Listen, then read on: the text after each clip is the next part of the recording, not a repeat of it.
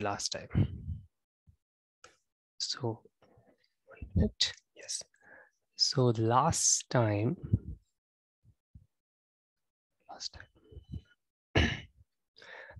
we proved that if you have a sequence, a long enough sequence, then it will have a long enough monotonic subsequence, right?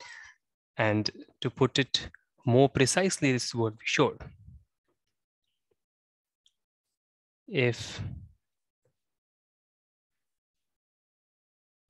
A1, A2, A3 till an square plus 1 is a is any sequence, then either there is an increasing subsequence. Okay, is everybody familiar now by this term subsequence? Increasing subsequence of length at least, or I can just say of length n plus 1, or a decreasing subsequence of, just writing it completely, of length n plus 1. This is the statement we proved last time. Okay. Can anyone summarize the idea of the proof before we go into generalizations of this and more? Can anybody summarize the idea of the proof? So I don't want the proof in details, and that is easier to do. If you remember it, you can just say it, or you can come up with the proof in some time. But can anybody summarize the idea of the proof?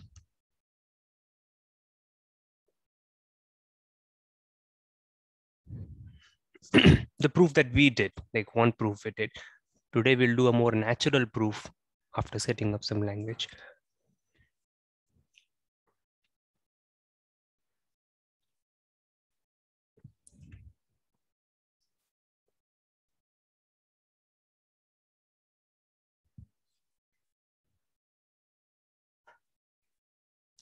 Come on, let's just give it a try. Yeah, anyone? I mean, it's not a very precise question, so you can't be wrong.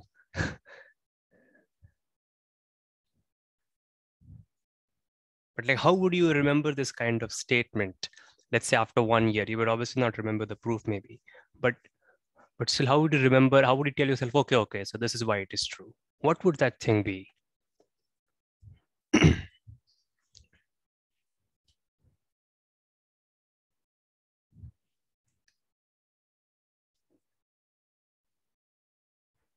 So no one wants to take a try. Okay. See, the key thing about this kind of statement is that if one of them does not hold, right? If there is no increasing subsequence of length, yeah, if this one does not hold, then it forces the decreasing subsequence to, come into existence. It forces the existence of this long decreasing subsequence. That is the idea of the proof. And that is the intuition behind why such statements are true. If we try to prevent order in a certain sense, then the opposing force, which is the decreasingness, the certain kind of order comes in the opposing force. And so there is, in the end, there is some sort of an order. Okay, so that is really the idea. Okay, that if, and this is really how even the proof starts of these kind of statements, of this dichotomy type of statements, either or type of statements, right? If no increasing, obviously this is not the proof, but if no increasing, then decreasing. Okay, this was the idea of the proof. The proof we are not going to do. We've already done it. Okay, but this is how we did. We assumed, okay, assume there is no increasing subsequence of length n plus 1. So all increasing subsequences have length n. And then we looked at some peaks or something like that. Okay, but the key was that if you prevent one of them, the other starts holding. And that is the type of statement this is. It is like the volume is something which is constant. And if you, whatever area, if you decrease one of the dimensions, the other has to increase. Okay, because the total is n squared plus 1. That sounds like a very vague thing and doesn't seem to be connected with this too much. Okay, we wish it would be like so easy, right? Like we could say this statement in terms of so length and breadth. We wish, and we will be able to once we put out the right language. Right now we don't have the right language for this statement. That's why our proof was quite sounded very intelligent proof, and it was a very interesting proof. It's a very historically important pigeonhole principle application, basically what we had done, right? Today, we will develop a language so that we can write this statement in terms of just length and breadth. Okay, just basic. But for that, we'll have to wait a little bit. Today, I just want to generalize this statement and just do the proof of the general version also. And I will want you guys to do it for me today. Okay, that will be kind of I think should be done first so that we get more comfortable with this kind of thing. So now, some of you may already know the generalized version, and that's good. But I'll replace this by PQ plus 1. Okay. And then the claim would be that there is either a increasing subsequence of length P plus 1, okay, or a decreasing subsequence of length Q plus 1. Okay. So remember, these statements are important. Good to know these things and so on. But more important is the way we are proving them. Those proof techniques are, especially for the just for the perspective of the exam, those are more important. Okay. Anyways, this is the So this is the kind of statement now. Okay, where the length is not n square plus 1, but this one n is P, one n is Q. Okay, and we are claiming this. Let's prove this. I want you guys to together prove this, maybe in steps. I can't hear.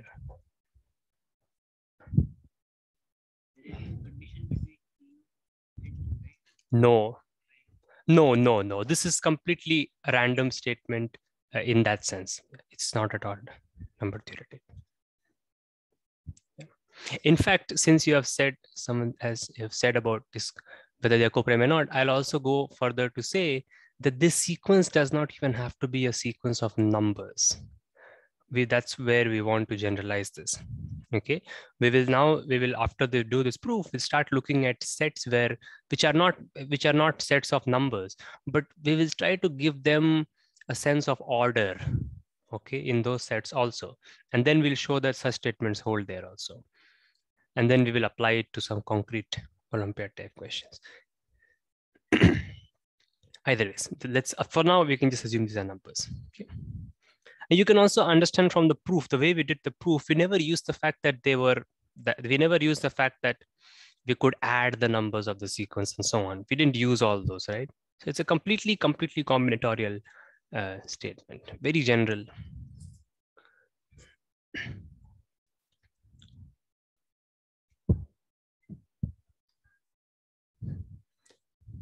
The proof of this is very similar to what we did the last time. It's in fact the same in some sense, okay? But just the abstractness of notation and getting used to things is also important.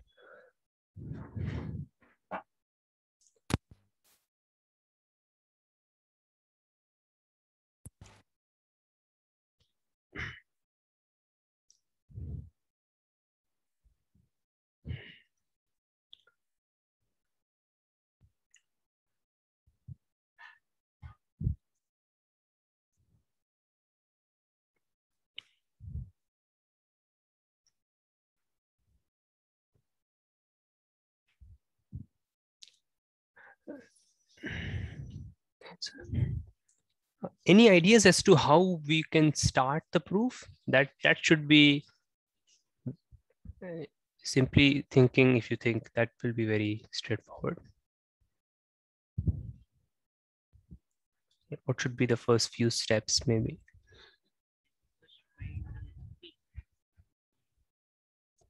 A peak. Okay. How do you, can you say more? Find a peak.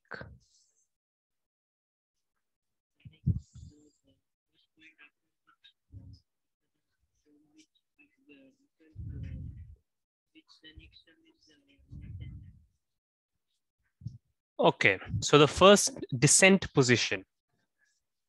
Yeah, that's right. Okay. First descent position. Okay.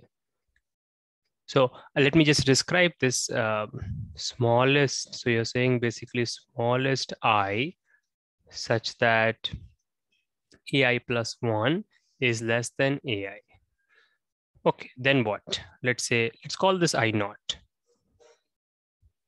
Then what?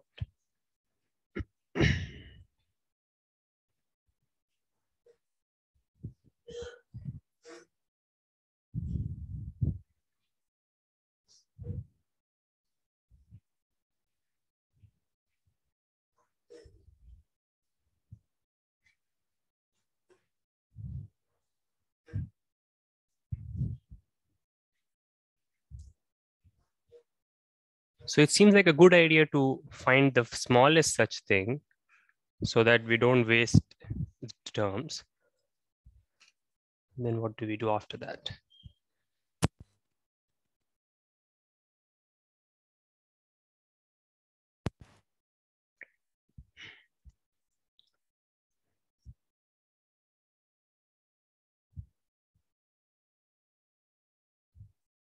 This is called a descent position also. This is also studied. This is a permutation statistic in some sense. And how many descent positions, based on that, count the number of permutations with 5 descent positions. This was also, I think, CMI question of last year, something related to this, where the descent positions were given and you have to find the number of permutations of that type.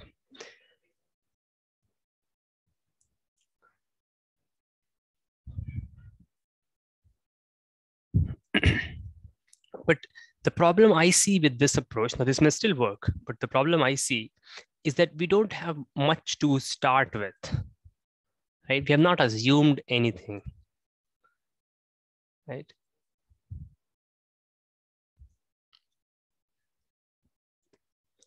So unless someone tells me how to continue this,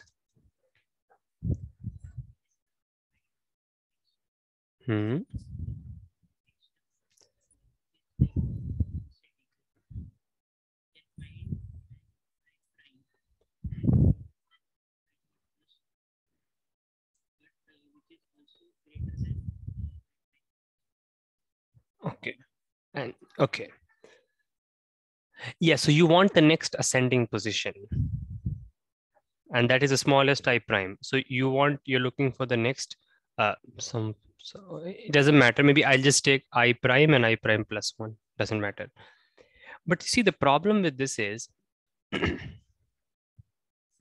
I prime plus 1. So basically that means is that everything in between, so pay attention to this, everything in between I naught and I prime is decreasing, right? It's all decreasing in between. This is what you're trying to do is something too strong and it will not work, because this way you are getting a decreasing sequence which is inside which is inside our original sequence, but this is a contiguous sequence, right? It is one after the other. But we are not looking for such strong things. Such strong things will not exist. Okay. Subsequence does not mean, so subsequence does not imply that it has to be something like, A5, A6, A7, A8. No, this is not, this is a subsequence, but this is not what subsequence only captures. Subsequence just means, as you would know, but subsequence just means that we move down the sequence and we pick some terms along the way.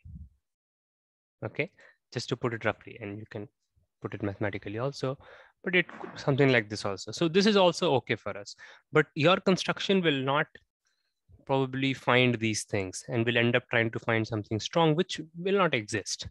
You can easily create examples. So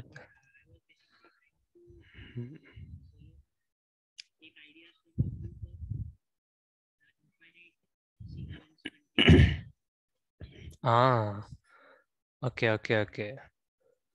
Right. Yes. Okay. So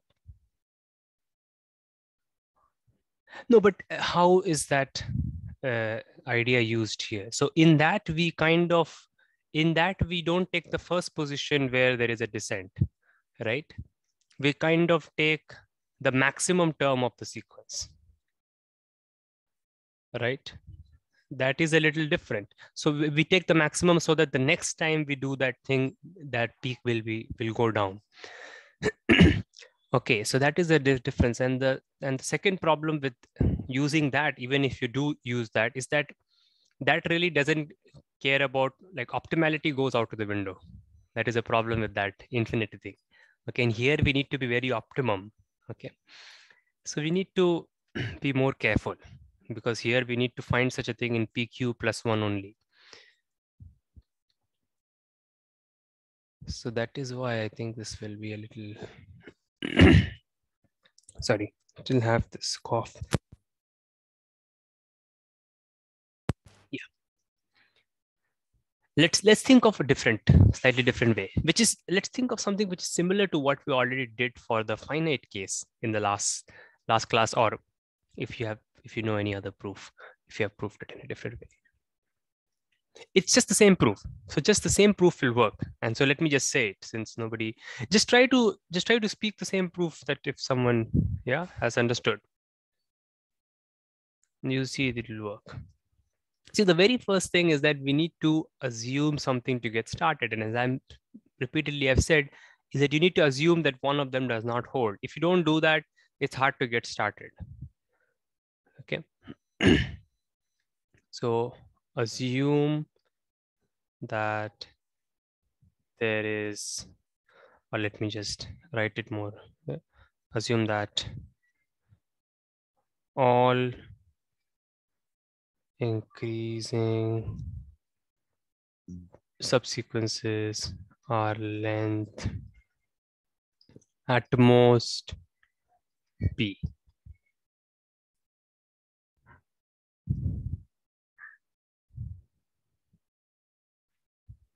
Okay, you assume that the first one does not hold, which is what this means, which means that all increasing subsequences have length at most p. And then what do you do? Just like we did the last time. Okay? From, or maybe say like this, let ik be the longest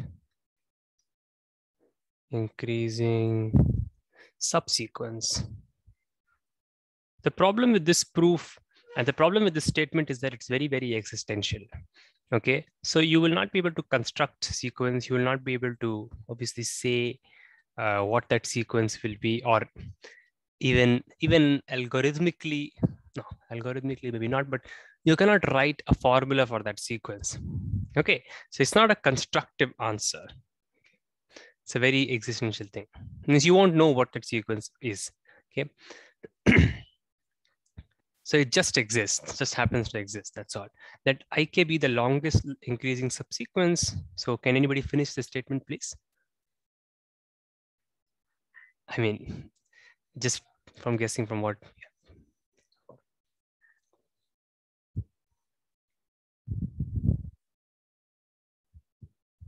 Okay, come on. Not length p. Starting at k. Starting at ak is perfect. Yeah, absolutely. Subsequence starting at k. Yeah. Again, this was somewhat obvious thing to do. Okay. Now again, just like we did the last time, there are p possible lengths. How many sequences do we have?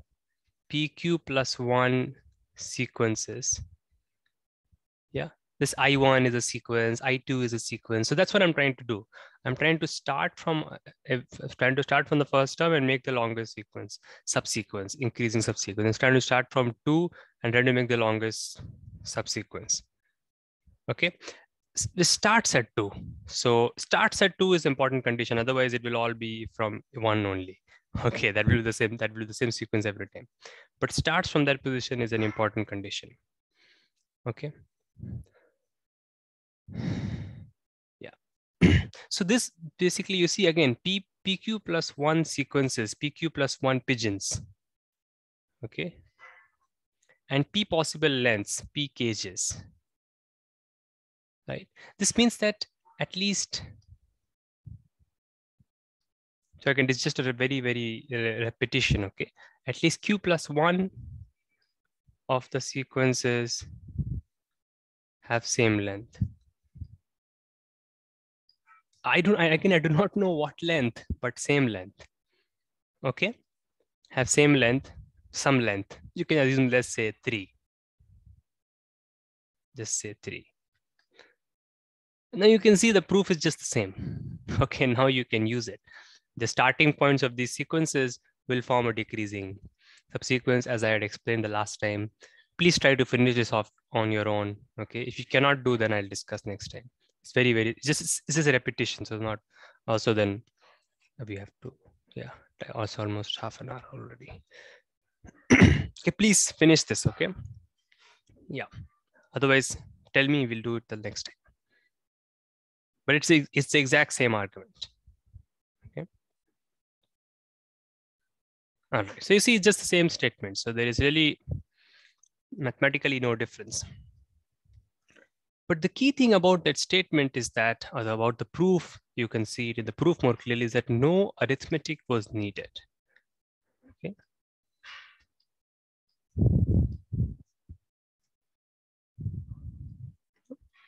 No arithmetic was needed. If you have any ordered set, then it is going to work.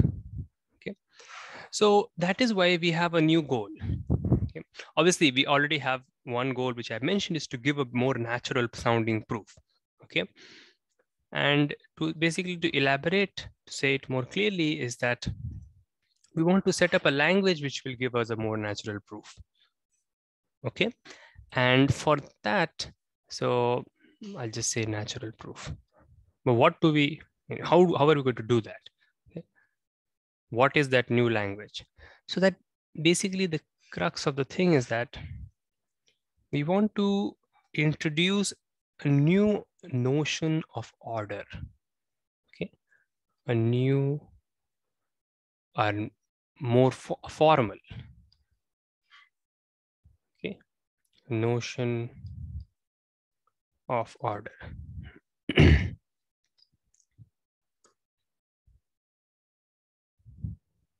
Okay, you see, I explained one way in which you can feel the statement is like two opposing forces, and so that's like a length, breadth, area kind of thing.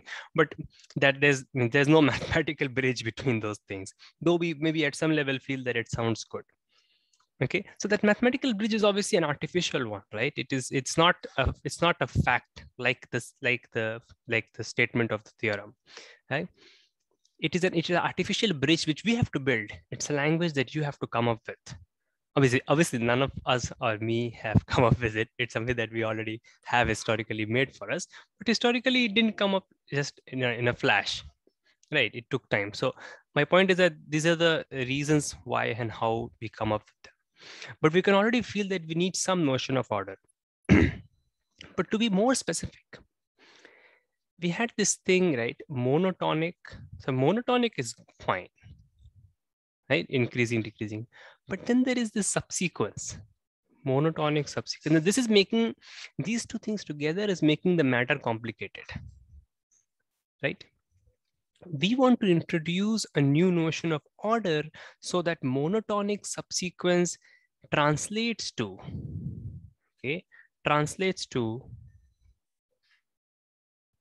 okay, we want to have a more general bird's eye view, view order. So the monotonic subsequence just translates to monotonic.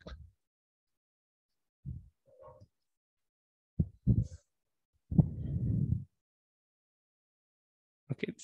Okay. For this, we need to go beyond our sense of order to be able to do this. This monotonic subsequence, we will just translate to monotonic. Okay. For this, we have to go beyond. Okay. We have to go beyond what we see order as. Okay. Now, so this is the goal. This is a more specific thing. And for that, we have to go beyond what we know as order. Now, first of all, before we do that, let us just do something very simple. And for that, I would like to ask you guys of examples. Can you give examples? Can you give an example, one or more examples of set with some sense of order? And what is that sense? Okay, so I would like to have examples with us. Okay, examples of sets with some sense. By sense of order, I mean with sense of big and small. And that will be your own definition, but just something which is organic and natural, maybe. Okay. Examples of sets with some sense of order, which you have to give. Maybe it's already there when you're just formalizing it, but yeah. I would want at least 2-3 examples of this. No. Order, as I'm saying, order here, I mean increasing, decreasing, monotonic, big, small. That's the, yeah. So I'm sorry. I don't, by order, I do not mean the size of the set. That's a completely different thing. Okay. Some sense of order means some sense of order among the elements. Maybe this will. Yeah, big, small, monotonic. Like the set of numbers have order, right? U5 is bigger than 4 and so on. But that's okay. But can you give examples of other sets which are not sets of numbers, or maybe they are sets of numbers, but there's some different sense of order in them? You can just take real life examples also. We put order among things all the time, right?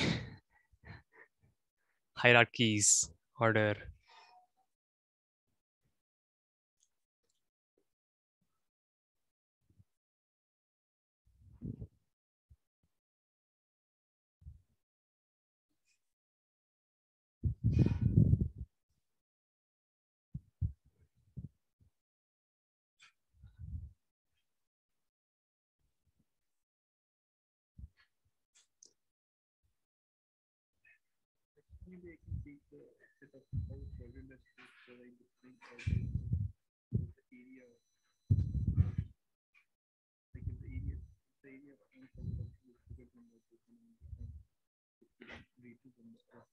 Okay, yeah. So yeah, that is certainly sense of order. That's right. Let's see. Yeah, let's try to write it and investigate this sense of order. Right, nice. So the set will be, maybe we can call that the set like this. So, all just writing it very briefly, all quadrilaterals. Okay. And the sense of order is here, as has been said, we say that ABCD one quadrilateral is bigger than another quadrilateral A1, B1, C1, D1 if area of ABCD is bigger than area of, you understand. So I can just say based on area. First of all, is this clear to everyone? What we are doing, we are taking the set of all quadrilaterals which don't seem to have any natural order, right? Like, what is the order? Then we are trying to put some sense of order where we are saying, yeah, ABCD is bigger than A1, B1, C1, D1 if and only if the area of ABCD is bigger than that of A1, B1, C1, D1. Obviously, two congruent quadrilaterals will be calling the same. They will not be distinguishing. Any doubts, please? If because someone has never thought of such things before, maybe can be a little. Okay, cool. Now let us investigate. So this is the sense of order you put. How, like, is this a good order? Obviously, a good, bad, it depends on the purpose, but in general, if anybody would like to make comments on this, it's a good order.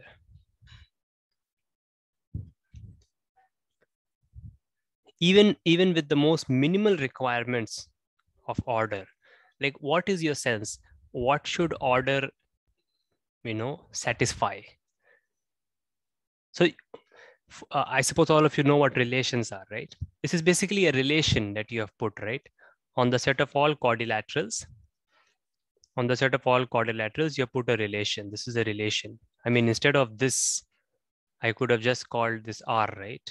Relation. This is related to this if this is this, right? But it's just so basically it's just a relation. Okay. So to formally understand what an order is, to begin with, it is just a binary relation. Okay. We relate some pairs of elements, or maybe all pairs of elements. At least we think so, but we don't need to. We'll see. But is this a good sense of order? Is this a good order?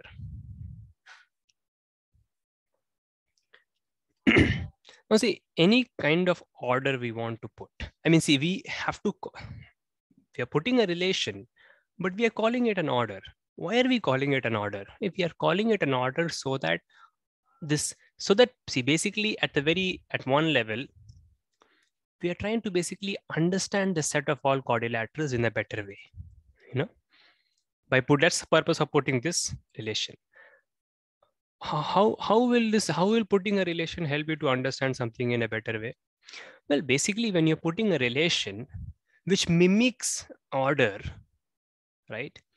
Then basically you can talk about quadrilaterals you can talk about this collection and in a more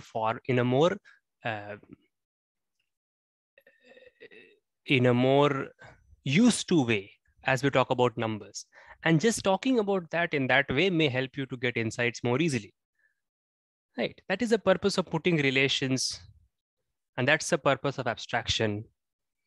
Yeah, using something which belongs to numbers in a different place, so that we can talk about this collection also like numbers, and so we can find some similarities with numbers, right? But then there is also some responsibility that comes with it, right? When you put an order, it should also look like an order, right? It should have some basic requirements that an order, let's say order on the integers, satisfy. Yeah. So some basic requirements. Does it meet the basic requirements? Because if it doesn't meet the basic requirements, and so that means it is not at all like an order, you're just misusing the name, then it's just a misuse of the name and it will not lead you to much insights. Okay. So because of all these things, we have some minimal requirements when we take a concept from one place and try to attach it to a new place, right? So then that we say we're abstracting the concept. But if we're abstracting, we need to still keep some minimal requirements. Okay. So does it meet the minimal requirements? Okay. What are the minimal requirements? So the first requirement is like this, right? If whenever if you say A is bigger than B, some quadrilateral, let me just use the notion of quadrilateral also only. But remember, whenever you put an order, and you will need to put orders in all sorts of places, okay? In graphs, in even among functions, for those who do more analysis, functions, you put orders, sets, obviously you have to put orders, combinatorics is all there, full of partial order sets and so on. Okay, so quadrilateral 1, if you call it bigger than quadrilateral 2, and if you call quadrilateral 2 bigger than quadrilateral 3, yeah, then your sense of order must give, then must have quadrilateral 1 bigger than quadrilateral 3. Yeah, like your rule, your definition must give me quadrilateral 1 bigger than quadrilateral 3, whatever definition you put. And that condition is satisfied here. Yeah, is it clear to everyone that this condition is met? It should be called transitive. Perfect. And this is why for those who have seen definition of order, I think all of you have seen at least transitive relation, right? This is why transitive relation comes. And that's why whenever you read the definition of order, which I will give, you will see the transitivity condition is the most important. Even when there are many generations of order themselves, like pre-order, quasi-order, and so on, everywhere we have something called we have this transitive. This is the most fundamental. Okay. But so this is satisfied by us, right? Because obviously if area of the first is bigger than area of the second, just by the notion of numbers, it's. But there is something else that order needs to satisfy. If this is bigger than quad 2 and quad 2 is bigger than quad 1, then must have, basically this cannot happen unless they are equal. Does everybody agree with this? Maybe there is some problem with the notation. We should say greater than equal to here and so on. That's fine. We should put everywhere. All that, some logical details we don't want to go into now. But everybody agrees, right? This is another thing that order must satisfy. Any apps you're doing order in any abstract setting. Well, not everywhere, but still, if you imagine, right? This is a very sensible, reasonable thing to ask for. Right? Is this satisfied in this definition? Condition 2. Good. If you can catch this, then it means you have understood this order. Okay. 2 is not satisfied. I'll just say 2 is not satisfied. And because 2 is not satisfied, now you can make it satisfy by putting an equivalence relation. You can say any two quadrilaterals with the same area are equal. But that will not be very useful, maybe depending on the context. Okay, but that you can always do. Okay, but the point is, it's not satisfying. Okay, is not satisfying. So that is why I will not call this a very good order. Okay, so this is obviously what is called antisymmetry, and then there is reflexive condition, which is just the most obvious one. This is everything is greater than equal to itself. Does everybody see that this is not satisfied? Yeah, because you could have two different quadrilaterals and their areas may be equal. Is that right? This is the way in which this can happen. Yeah. So you can have, for example, quad 1 area. So let me just what am I doing? So you have area of quad 1 is equal to area of quad 2. If this happens, this means that both these two conditions will be true, but obviously quadrilateral 1 does not need to be equal to quadrilateral 2. Okay. So that's why this is not a good sense of order. This is very important. So even at the set theoretic level, there is some responsibility that comes when we define order.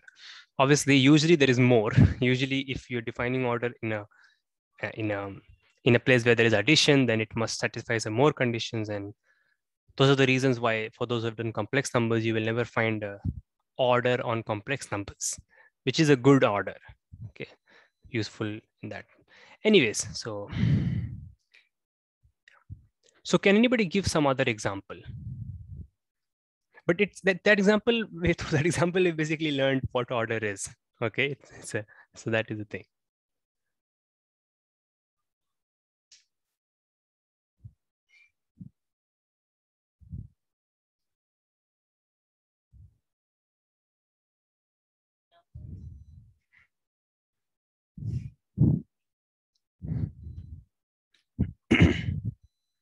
Okay, so I'll just take one. So you can just take, this is the first one. Start with a set S. Start with set S and then consider the power set. Okay, power set. So we can put order on the power set. How can we put? We will say that A is less than B if A is contained in B. Less than equal to B if it is. Then you can check that this is an order. You can check that this relation, we're basically putting a relation. On what are we putting the relation? We are not putting the relation on S. We are putting the relation on the power set of S. We are relating the subsets. Okay, we are calling one subset is smaller than the other if it is contained in. So it's not about, again, if you just say size, if you say size of A is less than size of B, that will not be an order.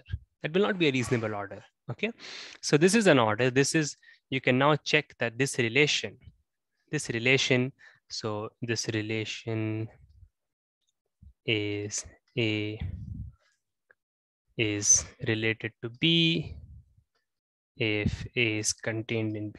Okay, this relation you can check again. It is reflexive, transitive, and everything. Check the good properties. Now, there is a reason why I have given this example. This is in some sense, this is the only example. Okay, we will not see that now, see that much later. In some sense, this is what is known as a universal example. Okay, basically, I'm trying to say that any other set in any other order can be renamed and relabeled without destroying the structure. Okay, and be viewed as this order. So this is rich enough and universal enough in that sense, but that is not of much use for us now. Okay, so, and it's quite somewhat abstract to understand. So this is one order. Okay, I suppose this is fine. Let me just give two quick more which will be relevant for us for the problems we will be solving. Is, let us just take the collection of all collection. Now I'll just give you the collection and I'll ask for the order. Collection of all sorry, collection of all closed intervals. Suppose this is again an object that all of us identify with. Closed interval. What? Okay, there will be many interesting orders. What orders can be? Okay, by the way, I would like to give an exercise. Think of a different order. It's very fun to, think of different orders, because really it's all about getting comfortable with different notions of order, because basically a lot of questions in analysis or algebra basically are, in that order, is that the maximal element? In that order, is that the next element? Translate to. So it's very good to think of these things. Think of a different order on the same, on PS. You can just take a concrete example, take a set and call it subset. Think of a different order if you can. Okay, just try. There will be. Okay, so just think. Okay, now what about this collection of all closed intervals?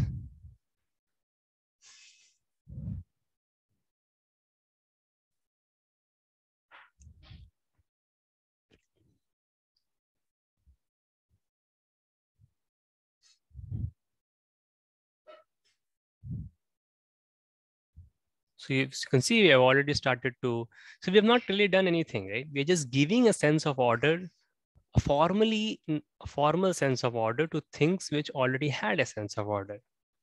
We have not really come up with yet an order which is very different.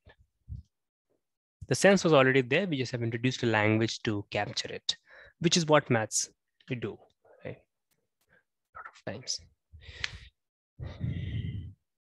If you take the collection of all closed intervals, then what order should we give? Well, you don't have to think at all, in the sense that this is what it is. I mean, this is, so the collection of all closed intervals. Yeah.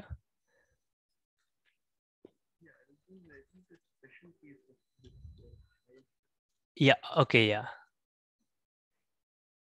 Yes. Yes. Exactly. It is exactly a special case, right? So what is the set and what is the power set? That is one has to think. Okay, so before we say it as a special case, which is obviously the best way to see it, maybe what is the most natural? What's the most natural answer? I mean, it's just very simple, right? I'll just say that, yeah, so that one can see it very directly. Like, it's very simple, right? You just say that this interval is less than this interval if, what should you do? You just say that CD is contained in AV, like this is nothing.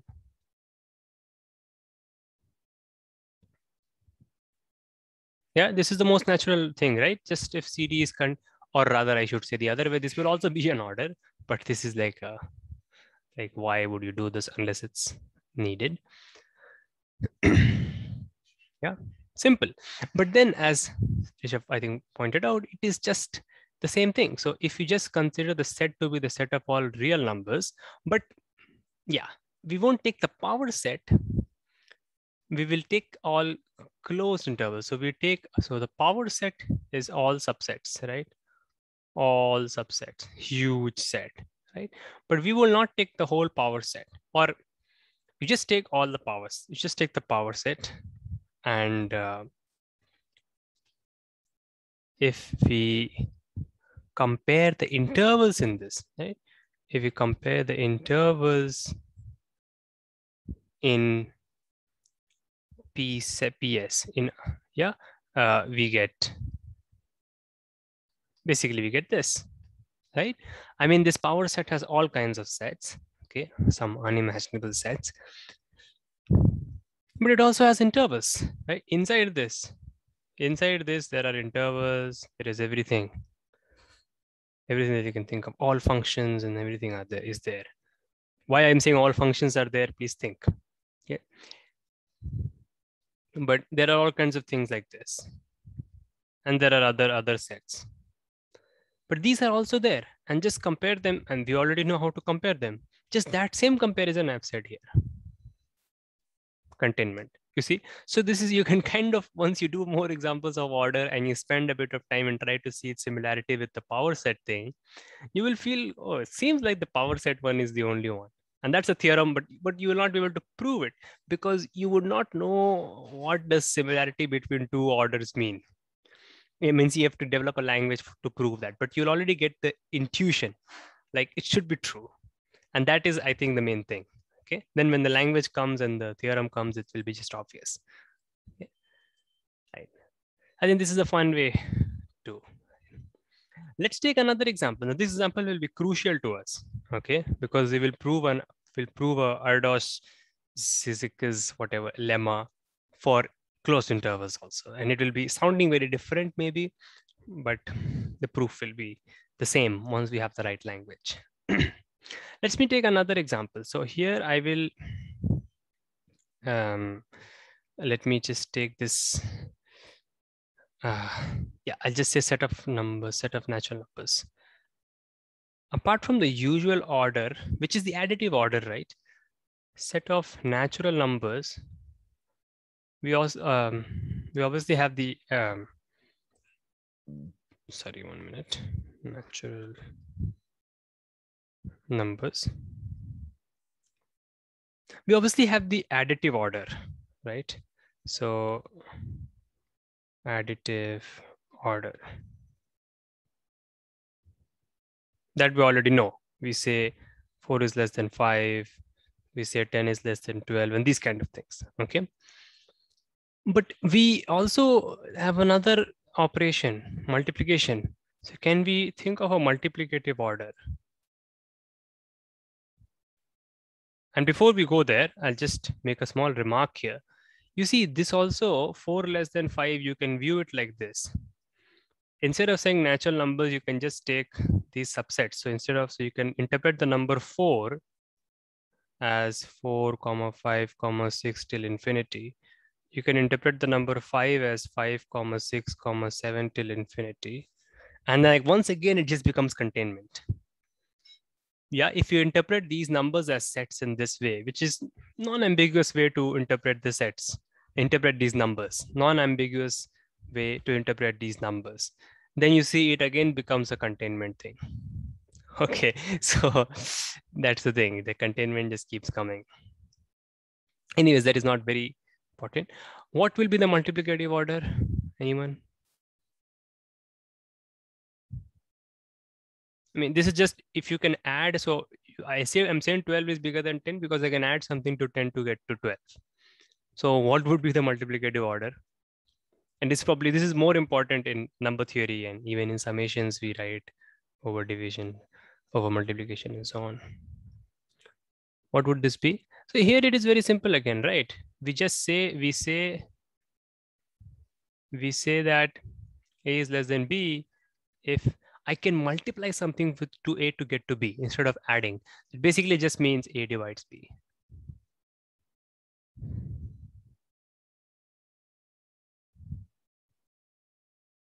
Yeah, this is just what it is, right? So we have 3 is, so in under this order, maybe I'll just use a more,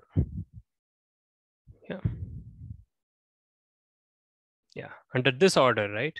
You can say like 3 is less than 6, right? But under this order, 3 is not less than 10. Is that right? Okay. Now try to understand. We have already gone there without realizing, maybe, is that these orders are partial orders, partial relations. Not every pair of elements is related. Okay. We have already, like, in sets, subsets, not every subset is, for any two subsets, it's not always true, right? That one has to be contained in the other. So, okay. So this is the multiplicative order. I'll just say division, order based on division.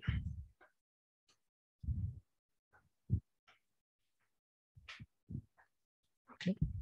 All right. So, so this is just the language. This is nothing. This is just examples. But maybe what one has to know this first, right? Now, this is the theory of partial orders will be useful to us in all kinds of places, but we will just do what is needed for us. So the next I will show how to draw, how you can visualize these things, and then we can connect that theorem here. And that's all. Okay. And then see the generalizations of those theorems and how they can be tackled using this language, which we will have, which we already are developing. Okay, so now we can just come to definition. Formal definition, I think, should be given. So definition is a partial order. So a partial order is also called poset. Yeah, it's a good word.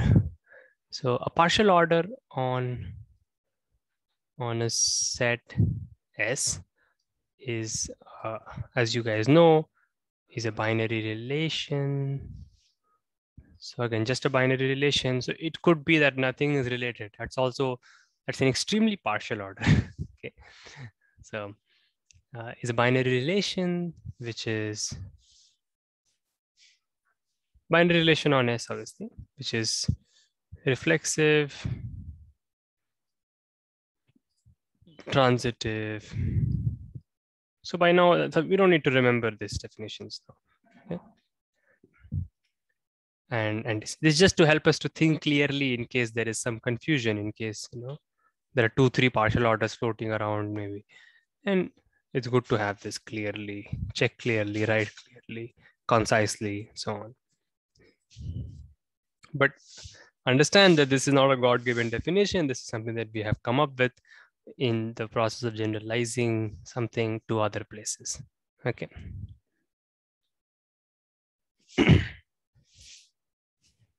Right. The next thing that we want to do is we want to draw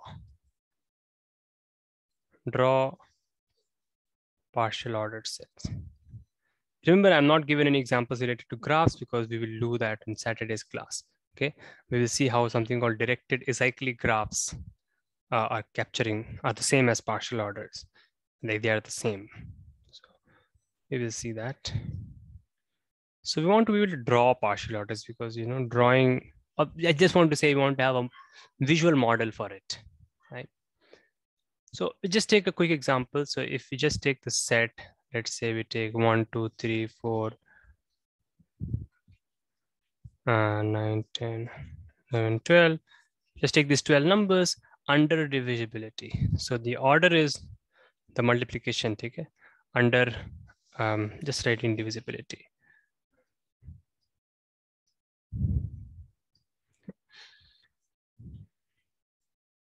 Right. So yeah. So how do we draw? So if it was, let's say not under divisibility, but under addition, then what is a natural way to draw it?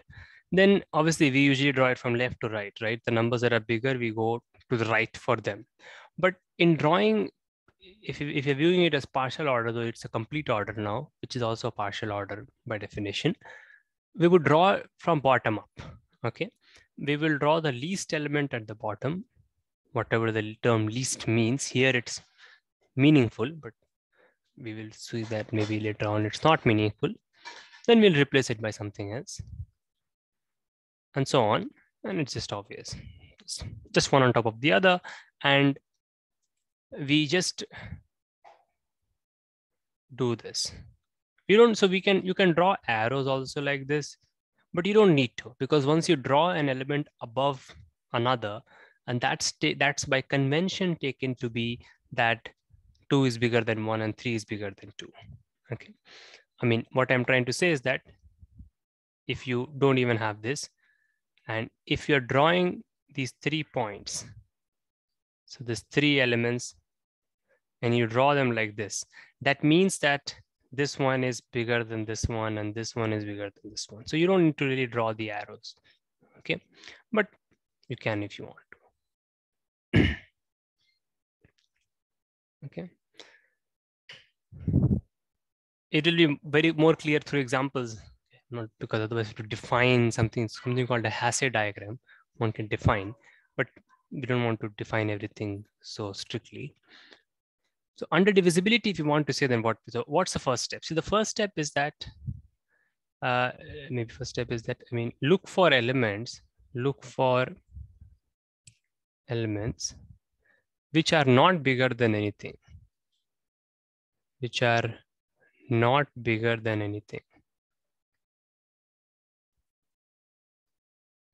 right? Those elements which are not bigger than anything, those elements from which you cannot go down further. Right. And these are also called minimal. Now, obviously from graph theory, we understand, I have explained minimal. Minimal doesn't mean minimum. Minimal means that you cannot further reduce it and go down. That doesn't mean that there is no further thing below, but you cannot go further from that point and go down along a path. Okay, that's why it's minimal. So what are the minimal elements here then? In this example, 1 to 12, under divisibility, of course. So what will be the elements at the bottom? Means if we look for these, and place them at the bottom, and place them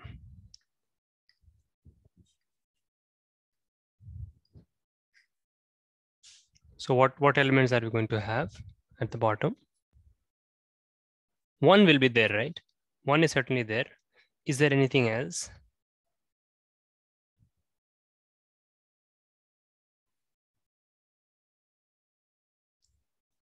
Is there anything that is lesser than 2?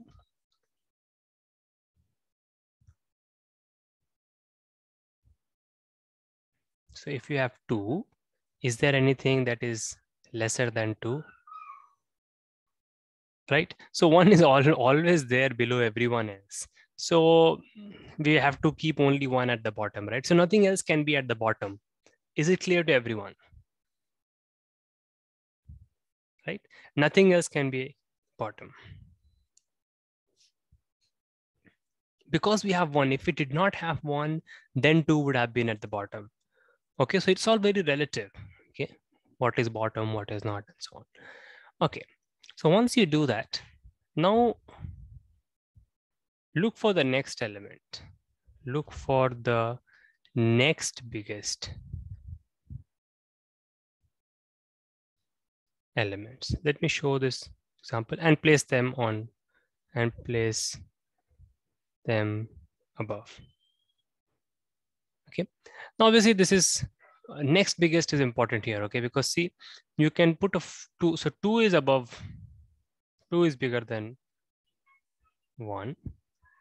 4 is bigger than 1, okay? But we just want the next biggest elements. Why? What do I mean by this? I mean that you want elements that are bigger than 1, but there is nothing in between. Just the most natural way to put it, right? If you have 4, then this is not the next biggest because you have a 2 in between. So that's why we won't take this, okay? For the next layer. And you can understand why I'm doing this, obviously. But this still has to be said because not all partial order sets are so nice. This is a nice one, so it's not much to think. 2 is there. Can anybody say what else will be there in the second layer?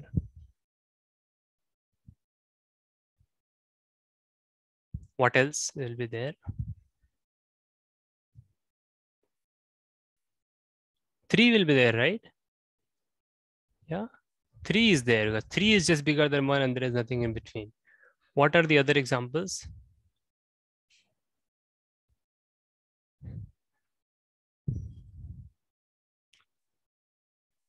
3 is here.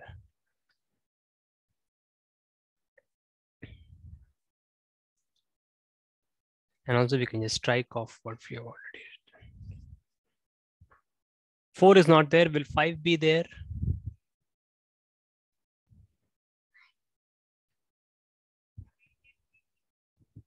Yes.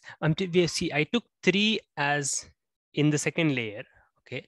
Because again, 3 is bigger than 1, right? And it is in some sense the next biggest element again. It's another next biggest element because there is nothing in between. There is nothing in between 3 and 1 in terms of in terms of divisibility. Right? Yeah, right. This is the thing. And so now you get it. Now you understand that there will be 5 here, right? And then there will be 7 all primes. Yeah. So now the pattern is clear. So this is a very simple poset. It's something we're all familiar with, so it's very easy to draw it. Right? We think it's very easy. It is very easy. But in general, it can be a tough problem to draw the poset in a useful way. So this is the second. So remember, everything is in terms of, so this world does not know addition. Okay, it's only multiplication that it knows. So now you can understand what to do. Now we join arrows. Okay, we join, well, not arrows, we draw lines. We draw lines between elements like which are just bigger. I should actually not use the word second layer because second layer may not make sense, may not be well defined. My point is that just above 1. Okay, and just above 1 is 3 also. Just above 1 is 5 also. So as far as divisibility is concerned, 5 and 3 are same when compared to 1. Okay, and we draw these lines. Okay, and next we just move in the same way. You just take the elements that are just above 2, just above. Yeah, so just take, start taking it. Just above 2. Just above 2 is 4. Because there's nothing between 2 and 4, right? Just above 2 is also 6, right? 6 is also there, right? Again, in terms of divisibility, 2 divides 6, but there's nothing in between. 2 divides 6, but you cannot really find anything in between. Okay, so there's nothing in between. So in that way, I forgot 8, but maybe there's no problem. There's no promise for this to be 1 to 12. Is 10 also there? Just above 2, right? 10 will also be there, right? Because the quotient is a prime. No, that's another reason you can give. But even if you forget about 5, 2 and 10, is there anything else in between? Yeah, so for that reason, okay. But yeah, from that perspective also it works, which is also an important point because that way the graph will change. Okay, so this is all that there is so far. And then again, we can look at it from the other perspective. But before that, let's let's not forget our rule and join these.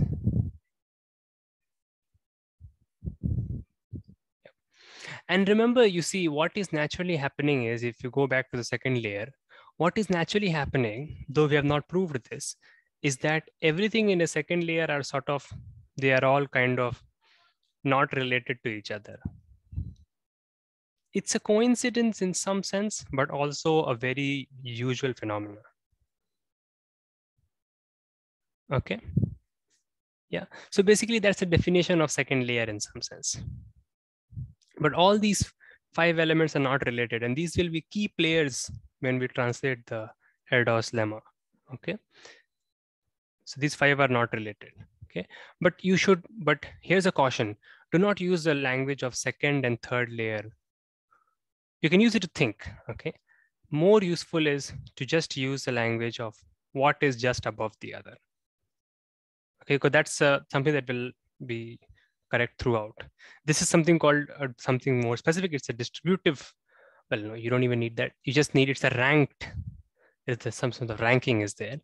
That's why, because all maximal chains have the same size. That's something which we have seen in the graph theory class when we were putting this kind of order, right? All the maximal, like longest chains, all of them will have the same size. That's why we can put a sense of order, but we don't want to play with that. We can just say just above, just above. Okay, so all the elements that are just above 1, they are all not related to each other, was what I was trying to say. Okay. And then you see again with 3 also, just above 3 is 6, and that's all, right? Just above 5 is 10. Okay, and this is fine. Yeah, 2 things could be there just above. I mean 6 could be covering both 2 and 3. Okay, so that's possible. And 7 and 11 don't have anything. And then there's 12, right? There is 12 also, and 12 is, let's continue to use the same notation. This language is super powerful because you see, it's something, order is something so familiar. Yeah, but at the same time, we are finding it in all kinds of places. Yeah, among numbers and in divisibility, we are finding it in containment, in intervals. And so it will say a lot of things because these closed intervals which are contained one in the other and so on, they are very nested interval theorem and so on, which we'll see.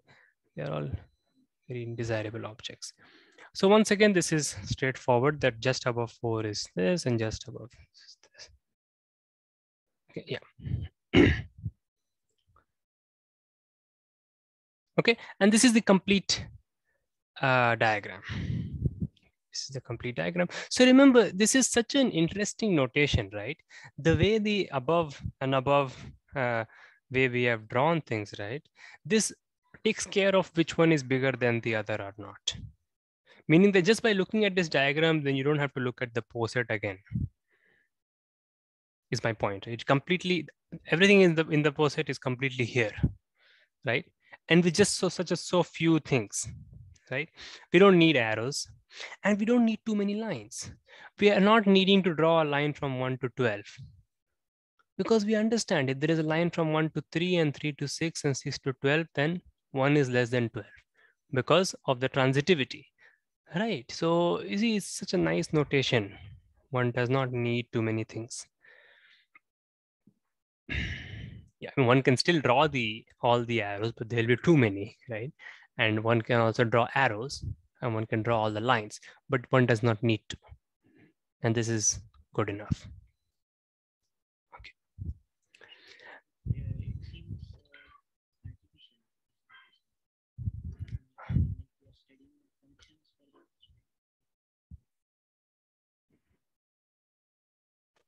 Okay. Yes. So at this point, it is artificial. Yeah, it is certainly artificial. That's, I'll agree. Maybe if you look at it from the first time, yeah. But it looks something, I don't know, it captures the thing very easily, right? It at least looks concise and yeah, but maybe it's a little, yeah. But we will see how this, can help us.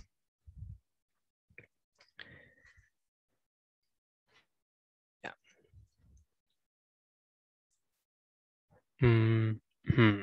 Okay. Right. So now we are able to draw the partial orders Yeah. Okay, so now let us try to quickly see. So in this partial order, you can, wait, if I have to, 1 minute. Yeah, okay. So in this partial order, you see, you can find these, yeah, you can find these 5 things are not related. Yeah. And then you have this other 3 things which are not related, right? But then you can look at these, this big chain in which all the 4 are related, one less than the other.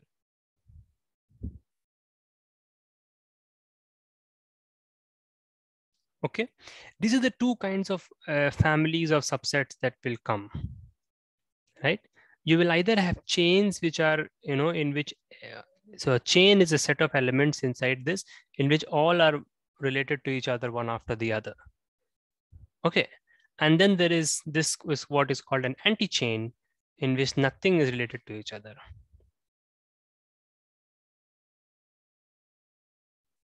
Okay, so there are those 2 kinds of things you can see. Now, why are they important? Chains and anti-chains are kind of like, again, opposing forces. Okay, now if you imagine that you have a very big poset, okay, some many, so different layers have different number of elements, and okay, very big poset. Okay, let's say it has 1,000 elements. This is a very small one, so I'm not, okay. But yeah, very big poset, let's say 1,000 elements. Okay. Now you ask for, look for these 2 things. Longest chain. Longest chain means, again, what? Longest chain means you look for the biggest subset inside this in which, all the elements are related to each other. Let me just draw some arrows so that we can talk about that. For example, this will be kind of like a longest chain. So this could be like n factorial, and that's divised in the other, right? Big chain, and we can have other chains also, but maybe they are not so long. Well, all the chains here will have the same length, but that's not always true. Okay, something like this. So these are chains, and then these are the anti-chains. So these are like, suppose these, none of them are related. And you can imagine, like, any poset you take, there will be these kind of things. There will be some longest big chains, and there will be big anti-chains. Okay, now if you look at the longest chain, and then you look at the longest or largest, I should say, maybe I should just say largest, maybe. Okay, I'm looking at these 2 extreme things. Largest anti-chain. Okay. Can anybody say anything about the size of these 2 things? If total there are 1,000 points, total there are 1,000 elements in the set, and so I've drawn that, and there are 1,000, and this is where the drawing helps. That's why I'm doing this. So you've taken the longest, so you've taken 1,000 elements, and you've drawn them like this, and some of them form chains, some of them form anti-chains and overlap and so on. If you take the longest chain, and let's say it has size X, this is the longest chain, size X, and you take the longest anti-chain, it has size Y, then isn't it clear that X times Y must be at least 1,000?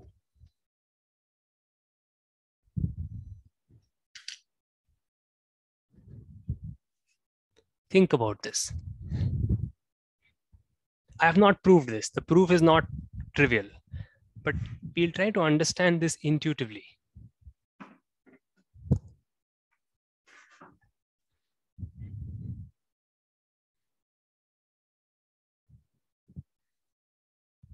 See, the longest chain is like the length of the poset.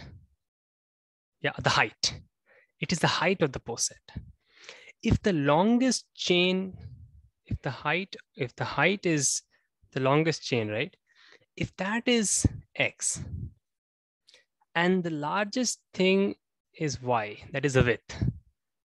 I mean, if the length and if the longest length and longest width itself is not 1,000, then how are you going to get 1,000 elements? Right. I mean, if that product is not 1,000, even if you take the longest and longest, and if they don't multiply to give you 1,000, then there cannot be 1,000 elements because you can kind of complete the rectangle. You can always complete the rectangle because you've taken the longest and the longest. Nothing is outside in some sense.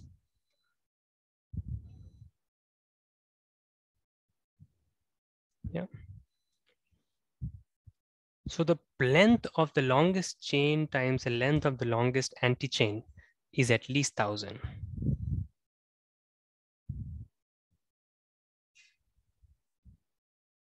So if one of them is, so if one of them is at least square root of 1,000 is how you can put it.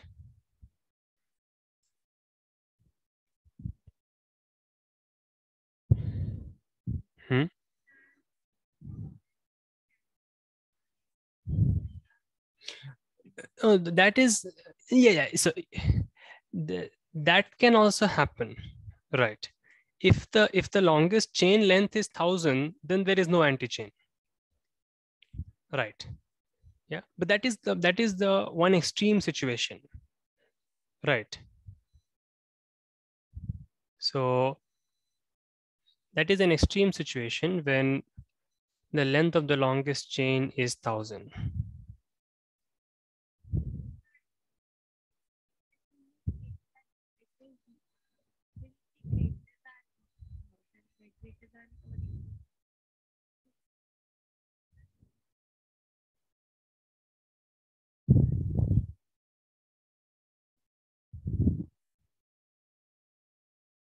What does not go less? The product or? Oh yeah, so that's I'm already saying that the product is at least 1,000. Yeah, the product will typically be more than 1,000. Okay, but that doesn't mean that X has to be 1,000 or Y has to be 1,000, of course. It could be anything, but just that the product has to be at least 1,000, right? And the extreme situation is if X is 1,000, but if X is 1,000, then it is just a chain. Then the whole poset is just a chain. It is just the numbers 1, 2, 3, 4 under addition, that kind of thing. Okay, but in general, it will be more complicated. Okay, something will be used here, but it is just it's a statement that is, if you draw, you can just understand like this. Now this has 1, 2, 3, 4, 5, 6, 7, 8, 9. It has 9 terms, right? Now if the height, so here you can see the height is, but here both height and width both are more than 4, and it's 16. Product is 16, which is more than 9, right? I mean, if you join these in the natural way, there will be some overlaps and so on, but whatever, something like this, right? But it is natural. I mean, if the product is 9, yeah, is it possible that the height is less than 3? If the height was less than 3, so the height, so in this case X is 4 and Y is 4 and N is 9 in this case. Now this could be the poset of something, I don't know. You can always create one. Yeah, but it could not be, I mean, if X was less than 3, yeah, then it would not be possible, right? And if X was less than 3 and if Y was less than 3, let's say, how then X has to be 2, which means that the height is 2, which means that you can have like this. Yeah, height is 2.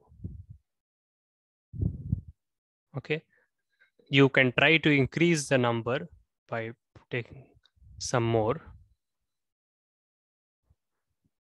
I mean, height is 2, so there are two edges. That's what.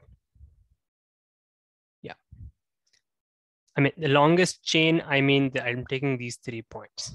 Okay, So if that is less than 3, does not matter, but the point is that 1 minute.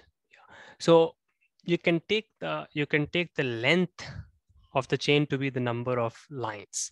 Okay, that is maybe a better way to say. Yeah. So if that is less than 3, then there are like 2 lines in a row. Okay, you cannot have 3, otherwise x would be. Okay, so x is less than 3 means that you have something like this. You don't have more height. Okay. But then you can try to make it up with the width, but the width is also less than 3, remember. So in the best case, you can have this. So in the best case, you can have this. How are you going to produce more elements? Right? Because you've already created this 3 and this one. So you can maybe say that I can produce, you can maybe do this. You can do this and try to increase. But then you see you are very much on the borderline. You have created 9 elements, but then you cannot really create any more. It is impossible.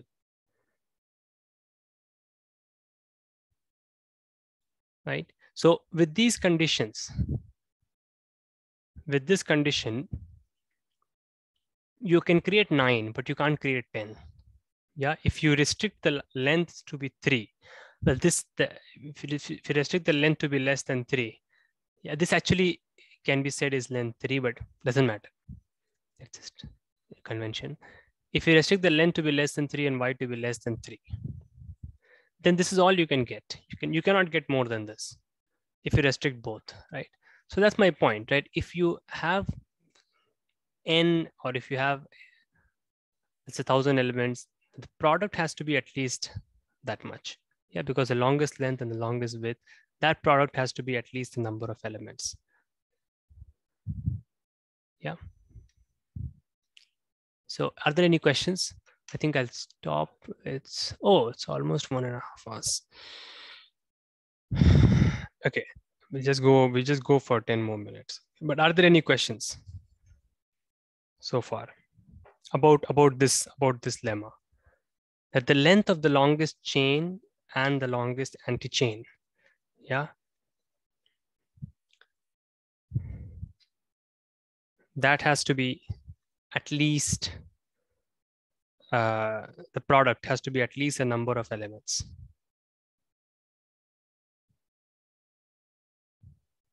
Okay, all right. So is it intuitively clear to everyone?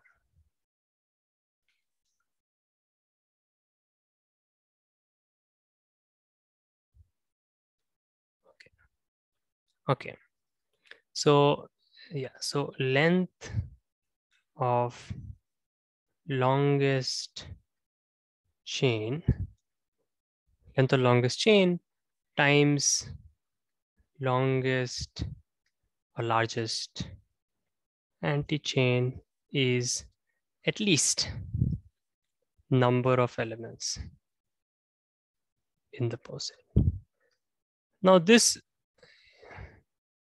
yeah, once you just internalize this drawing of the poset, right?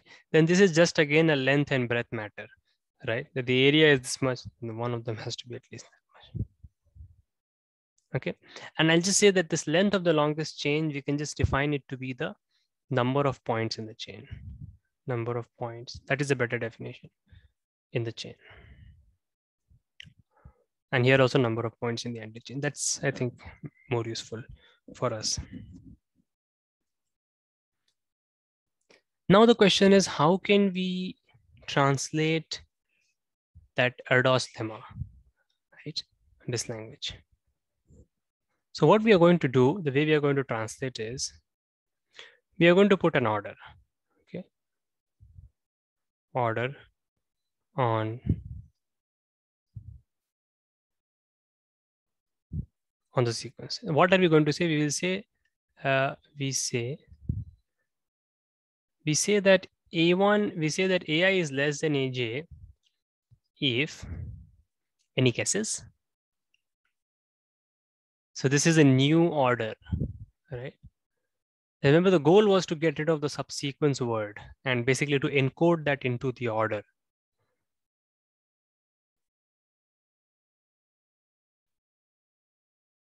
So we will say this if, first of all, if AI is less than AJ in the usual sense, and we will put another condition, and I is less than J. You see, we are just putting the subsequence condition, right? So this is the new order, okay? We will say AI is less than AJ if both these conditions are met. Okay, now if you now chain in this order will become a monotonic subsequence, right? Chain. So let me just give an example. So suppose take example, you can take any example. You can take 1 7 1 comma 7 comma 2 comma 3 11 5 7 again 20 0 this. Now in this, you see this, these are the terms A1, A2, A3, A4, and so on, right? This is A1, A2, A3, A4, and so on. Can I say that A5 is bigger than A6? Question mark. Can I say this? No. How can A5 be bigger than A6? It is not possible. It's possible in the usual world of order that A5 is bigger than A6. But in our world of order, we cannot say that because 5 is less than 6. So remember, for us, just the terms being bigger is not enough. Also, the index has to be bigger. So that's why we cannot say that A5 is less than A6 or A5 is bigger than A6. Can we say A5 is less than A6? Can we say A5 is less than A6? For what should we have for this? For this, we should have A5 less than A6 in the usual sense, but that is not true already. So we cannot say that A5 is less than A6. We cannot say that A5 is bigger than A6 also. We cannot say any one of them. Is this okay? Okay. So now you can understand that this sense of order will be this new sense of order that we have. Under this, the chain becomes, meaning that if something is less than, then that basically will lead to an increasing subsequence. Yeah. So increasing subsequence will give you increasing, I should just say, in new order.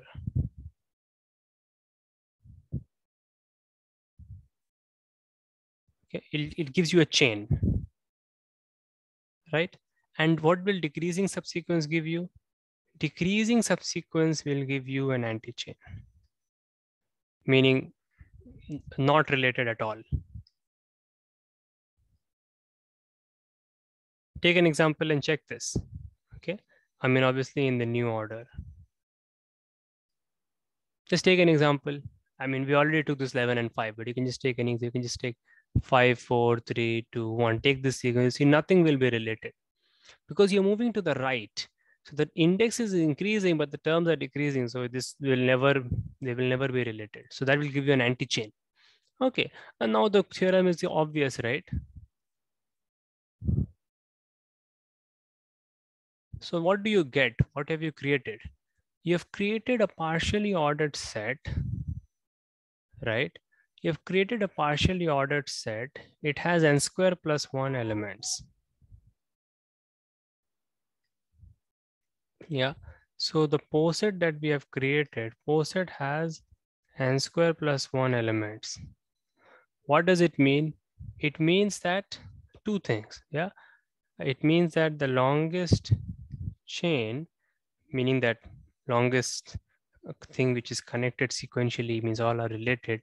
Longest chain is which translating to the language of subsequence would mean increasing subsequence. Okay, but longest chain, which is the length of the length of the geometric figure that we've drawn from the poset, right?